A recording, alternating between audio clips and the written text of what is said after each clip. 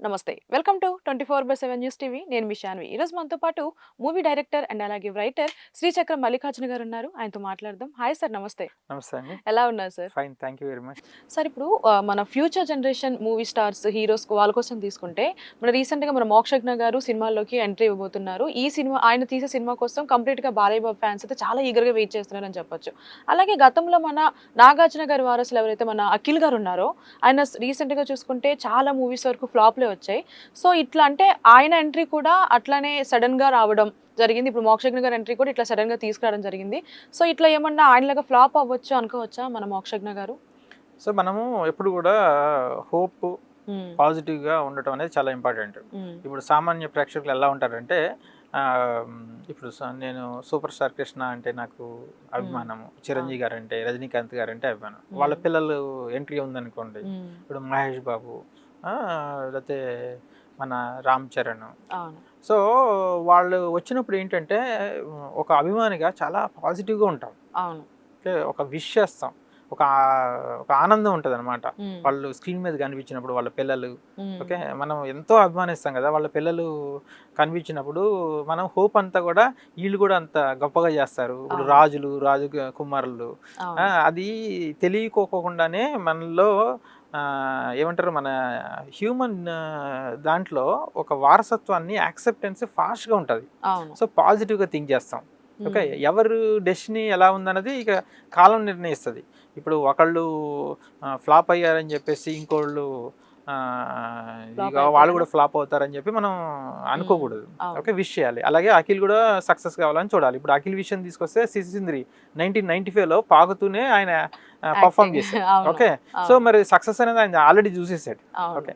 Coming to the point, అక్కడ ఏంటంటే టెక్నికల్‌గా అనాలిసిస్ చేసుకోవాల్సింది అఖిల్ ఎందుకు ఫ్లాప్ అవుతున్నారు అన్నది ఒక అనాలిసిస్ చేసుకోవాలి. హ్మ్. మీరు 'నాగార్జున' అంత సక్సెస్‌ఫుల్ హీరో. హుహుహు. ఓకే అండి. అవును. నెక్స్ట్ వాళ్ళకి అన్నపూర్ణలో స్టూడియో ఉంది. ఇది అవును. ట్రైనింగ్ ఇన్‌స్టిట్యూట్ ఉన్నాయి. ఉంది. అవును. సో, ఈ in spite of that story selection దగ్గర ఎందుకు తేడా కొడుతుంది? ఆయనకి సూట్ అయ్యే స్టోరీ రావట్లేదా? హ్మ్. ఎందుకు జరిగింది? అనే అనాలిసిస్ చేసుకోవాలి. వాళ్ళు చేసుకుంటారు ఖచ్చితంగా. కాకపోతే హుహుహు. ఏముందంటే సినిమా ఇండస్ట్రీలో ఏమంటారంటే మేము ఒక ప్రయత్నం చేస్తున్నాం అంటారు. అవును. ప్రతిదీ ప్రయత్నమే. అది ఎగ్జిక్యూట్ చేసి రిజల్ట్ వచ్చే వరకు మనకు తెలీదు అది ఆహ్, అది హ్మ్. హిట్టా ఫ్లాపా అని చెప్పేసి. అవును. Okay. Coming to the 'Mokshagna' తీసుకుంటే ఇప్పుడు ప్రశాంత్ వర్మ మీద ఆల్రెడీ క్రేజ్ ఉంది. అవును. ఆయన as a Hanuman and subject handle చేసుకున్న విధానము, ఆయన హ్మ్. సెలక్షను.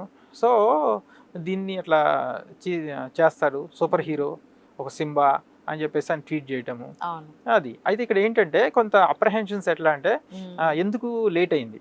ఓకే. మీరు అదే 'సూపర్ స్టార్ కృష్ణ' గారిని తీసుకున్నారనుకోండి. హ్మ్. ఆయన ఏం చేసేవారు? వాళ్ళ పిల్లల్ని ముందు నుంచే ఇంట్రడ్యూస్ చేసుకుంటూ వచ్చారు. వచ్చారు. అవును. జనాలకి వాళ్ళు పర్ఫార్మెన్స్ ఎట్లా ఉంటది? హుహుహు. వాళ్ళు ఎట్లా మాట్లాడతారు?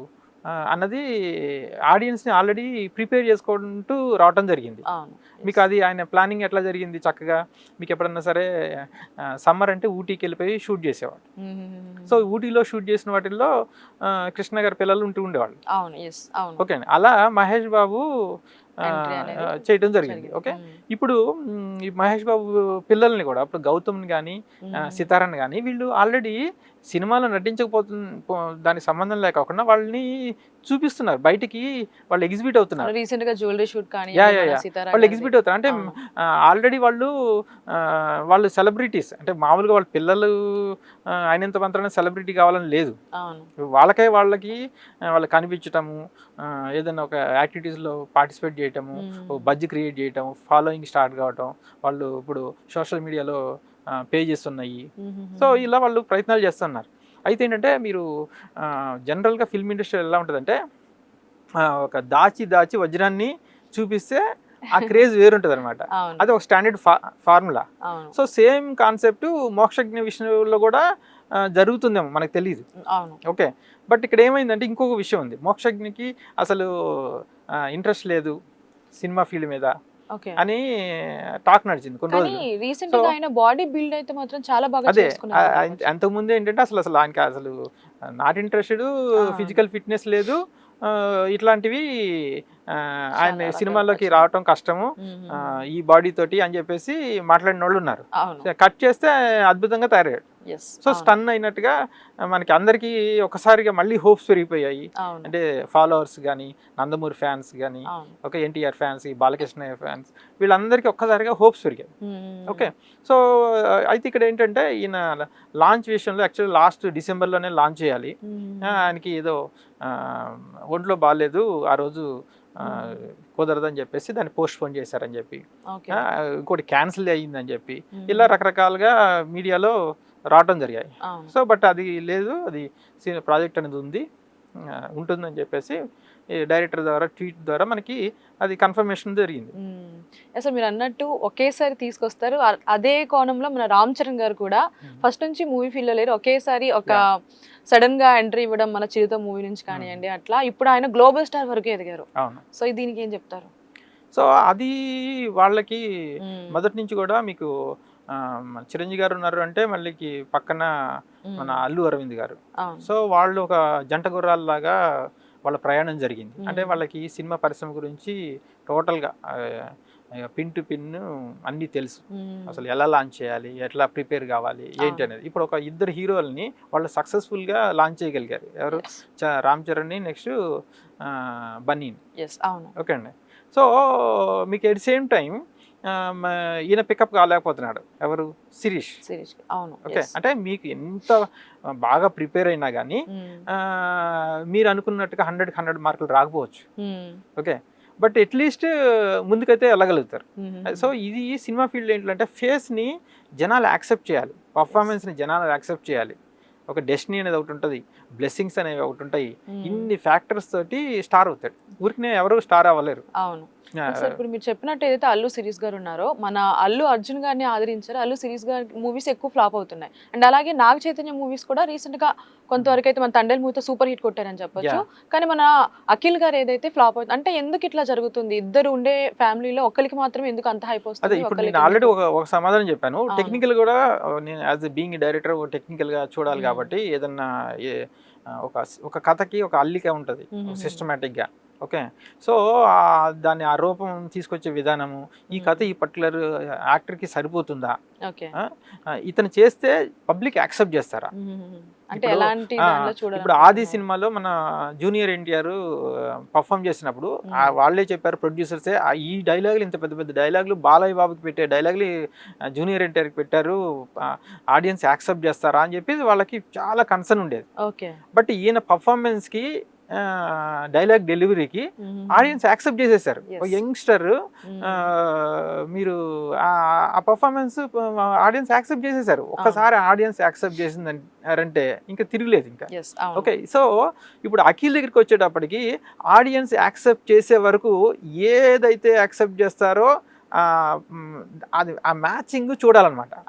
ఇప్పుడు మీరు సుమంత్ తీసుకున్నారనుకోండి, సుమంత్వి సత్యం అనే ఫిల్మ్ ఉంటుంది. ఓకే, గోదావరి. సో ఇవి మీకు అసలు ఎంత బాగా అనిపిస్తాయి అంటే అతనికి కరెక్ట్గా సెట్ అవుతాయి అవి. ఓకే, అంటే వాళ్ళు సెలెక్ట్ చేసుకునే సబ్జెక్టు, డైరెక్టర్ ప్రజెంట్ చేసే విధానము, ఇవి చాలా ఇంపార్టెంట్. కొన్నేమో చేతులారా చేసుకున్నట్టు అవుతుంది, కొన్నేమో చాలా జాగ్రత్తగా చేసినా కానీ మనం అందుకోలేదు అన్నట్టు ఉంటుంది. కనీసం సినిమా అన్న బాగుంటుంది. ఓకే, ఇప్పుడు కమింగ్ టు ది అఖిల్ దగ్గర తీసుకునేటప్పటికి అఖిల్ని మీరు ఏం చేశారు? ఇప్పుడు ఇది ఫ్లాపు, అటర్ ఫ్లాప్లు, నెక్స్ట్ ఏమంటారు, బ్లాక్ బస్టర్ ఫ్లాప్. అంటే ఇప్పుడు మీరు ఆ ఏజెంట్ తీసుకుంటే మీకు ప్రొడ్యూసర్ నష్టం, డిస్ట్రిబ్యూటర్ నష్టం, ఈవెన్ ఓటీటీకి రిలీజ్ కావడానికి ఎంతో టైం పట్టింది. ఓకే, సో వాళ్ళు చేసిన ప్రయత్నం ఏంటి అంటే చిన్న సినిమాలు కాదు, ఈయన రేంజ్ వేరు, ఎక్కువకి ప్రొజెక్ట్ చేసేద్దాం అంటే కింద ఈ హైట్లో కాకుండా అసలు టోటల్గా స్కైలో ఇతను లాంచ్ చేద్దాం అన్న టైప్లో అన్ని కోట్లు పెట్టి సినిమా తీయటం జరిగింది. సో మీరు ట్రైలర్ చూస్తేనే తెలుస్తుంది అందులో టెక్నికల్గా మిస్టేక్స్ కనిపిస్తున్నాయి. అంటే మనకి తెలుస్తుంది. ఇప్పుడు ఎలా అంటే ఫర్ ఎగ్జాంపుల్ మీరు ఇప్పుడు కన్నప్ప మీద విపరీతంగా ట్రాల్స్ వస్తున్నాయి. ఓకే, వాళ్ళేమో వాళ్ళ ఉద్దేశం వాళ్ళ ప్రయత్నం ఒకలాగా ఉంటుంది, మేము ఈ కారణంగా మేము ఇట్లా చేస్తున్నాము అని అనుకుంటారు. వీళ్ళ దగ్గర ఏమో నాలెడ్జ్ ఒకలాగా ఉండి మేము ఇది ఎక్స్పెక్ట్ చేస్తున్నాము మీరు ఏదో చెప్తున్నారు అని చెప్పేసి వీళ్ళు అనుకుంటారు. ఈ మ్యాచ్ కానప్పుడు ఏమవుతుందంటే ట్రోల్ స్టార్ట్ అవుతుంది. ఓకే, ఒకసారి యాక్సెప్టెన్స్ లేదనుకోండి, మీరు మంచి చెప్తున్నా కానీ వినేవాళ్ళు తక్కువ మంది ఉంటారు. అండ్ నువ్వే నాకు మంచి చెప్పేదని అంటే మైండ్లోకి యాక్సెప్టెన్స్ రావటం అనేది ఇంపార్టెంట్. యాక్సెప్టెన్స్ వచ్చే వరకు హీరో స్ట్రగుల్ అవ్వాల్సిందే. ఓకే, దాన్ని కేర్ఫుల్గా స్టడీ చేసి జడ్జ్ చేసేవాళ్ళు కావాలి. ఒక్కసారి జడ్జిమెంట్ మిస్ అయిందంటే మీరు ఎన్ని ప్రయత్నాలు చేసినా అది సక్సెస్ అవ్వదు. అదే హీరోకి తగ్గ స్టోరీ సెలెక్ట్ చేసుకోవాలి అని అంటారు. హీరోకి తగ్గ స్టోరీ. ఇక్కడ ఇంకో పాయింట్ కూడా ఉంది. మీరు ఇప్పుడు అఖిల్ తీసుకున్నారంటే గోల్డెన్ స్పూన్ బేబీ అని చెప్పచ్చు. ఓకే, మీకు ఏమవుతుంది, జనరల్గా రైటర్స్ అంతా కూడా middle class, below middle class background నుంచి వచ్చిన వాళ్ళు ఉంటారు. వాళ్ళు చూసిన ఎన్విరాన్మెంట్ తగ్గట్టుగా కథలు రాస్తారు. నేను ఒక పెయిన్ఫుల్ సిచ్యువేషన్ ఇన్సిడెంట్ రాశాను అనుకోండి, ఈ గోల్డెన్ స్పూన్ పర్సన్ ఆ పెయిన్ఫుల్ సీన్కి కనెక్ట్ కాలేడు. ఆయనకి నేను ఇంటర్నేషనల్ ఎయిర్పోర్ట్ గురించి, అక్కడ జరిగే సంఘటనలు, లేకపోతే ఇంటర్నేషనల్గా వారు ఇలాంటివి చెప్తున్నాను అనుకోండి, ఆయన కనెక్ట్ అవుతాడు. కానీ ఇక్కడ లోకల్గా గ్రౌండ్ లెవెల్లో ఒక ఫ్యామిలీలో జరిగిన ఇన్సిడెంట్, పూర్ ఫ్యామిలీలో ఇట్లా ఉంటుంది, ఆఫీసర్ వచ్చినప్పుడు ఇన్సల్ట్ చేస్తే ఇట్లా ఉంటుంది అని నేను అంటే చెప్తే అవి ఎప్పుడు వాళ్ళకి లైఫ్లో ఎప్పుడు ఎక్స్పీరియన్స్ కానప్పుడు కనెక్ట్ గారు. మీరు అదే విజయ్ సేతుపతిని తీసుకున్నారనుకోండి, ఆయన సినిమాలు ఎన్నో సినిమాలు చూస్తే మీరు అన్నీ కూడా బ్యాక్డ్రాప్ అన్నీ కూడా middle class, below middle class, mass ఇలాంటి సినిమాలే ఉంటాయి.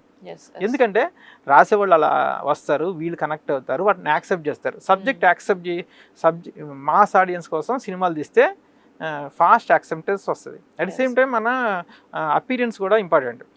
ఓకే, అది ఇప్పుడు నాగార్జున గారు తీసుకున్నారంటే మీరు క్లాస్ని ఆయన ఉరుతొలగించారు, మాస్ని చేయడం జరిగింది. ఓకే, సో అట్లాగే మహేష్ బాబు తీసుకున్నా కానీ, సో అలా కథ సెలెక్ట్ చేసుకున్న దాన్ని బట్టి ఉంటుంది. వీళ్ళు నటులు కాబట్టి మంచి నటుడు మన అఖిల్, మీరు పరకా ప్రవేశం చేయగలిగే కెపాసిటీ ఉన్నవాళ్ళు వీళ్ళు. బట్ వేరే వాళ్ళన్నా మీకు జడ్జిమెంట్ లేదనుకోండి, జడ్జిమెంట్ బాగున్న వాళ్ళని ఎవరినో కూర్చోబెట్టి మీరు సెలెక్ట్ చేయండి ఈసారి కథ అని చెప్పానాలి. ఇప్పుడు సమంత గారు ఉన్నారు, ప్రతిదీ ఆమె చేసిన ప్రతిదీ సక్సెస్ఫుల్గా ఉంటాయి, ఎందుకంటే ఆమె జడ్జిమెంట్ అంత బాగుంటుంది. అలాగే సాయి పల్లవి ఉంది, ఆమె స్టోరీస్ ఆమె సెలెక్ట్ చేసుకునే విధానం అవన్నీ కూడా కథని సెలెక్ట్ చేసుకోవడం దగ్గరే ఉంటుంది.